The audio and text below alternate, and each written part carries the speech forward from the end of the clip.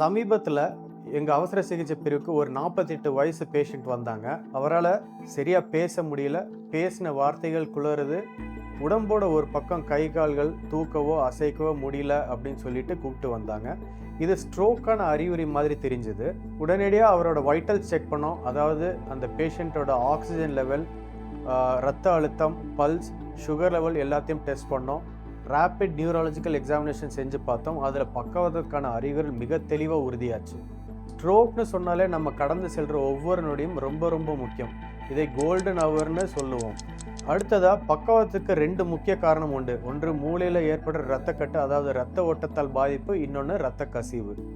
So இது 2ல் என்ன காரணம் கண்டுபிடிக்க உடனடியாக ஸ்கேன் எடுக்கணும். அதாவது சிடி அல்லது எம்ஆர்ஐ ஸ்கேன் பண்ணணும். நம்ம ஹாஸ்பிட்டலில் எம்ஆர்ஐ வசதி இருந்தனால இமீடியட்டாக எம்ஆர்ஐ ஸ்கேன் பண்ணோம்.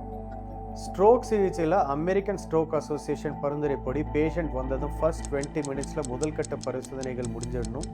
அண்ட் 45 மினிட்ஸ்க்குள்ளே வந்துட்டு ஸ்கேன் ரிப்போர்ட்ஸ் ரெடி ஆகிடணும். இந்த பேஷண்ட்க்கு மூளையில் ரத்தக்கட்டு தான் உறுதியாச்சு. இந்த ரத்தக்கட்டை கரைக்க சிகிச்சை இருக்குது. ஆனால் இதில் எங்களுக்கு ஒரு சிக்கல் இருந்தது.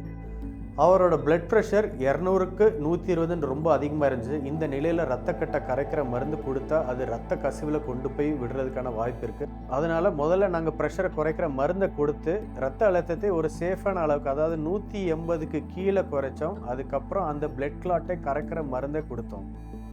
அடுத்த 24 மணி நேரத்தில் மறுபடியும் அவரை பரிசோதித்து பார்த்தோம். ஒரு பெரிய சர்ப்ரைஸ். முதல் நாள் கை கால்களை சுத்தமாக அசைக்கக்கூட முடியாமல் இருந்தார். இப்போ யார் உதவியும் இல்லாமல் எழுந்து நடக்கவே ஆரம்பித்தார். வாய்க்குளறல் போய் பேச்சு நல்லா தெளிவாச்சு. படுத்த படுக்கையாகி வாழ்நாள் முழுக்க மற்றவங்களை நம்பி வாழும் ஒரு நிலைக்கு சென்றிருக்க வேண்டிய ஒரு நோயாளியின் விதியை 24 நேரத்துக்குள்ளே எங்களால் மாற்றி அமைக்க முடிஞ்சது.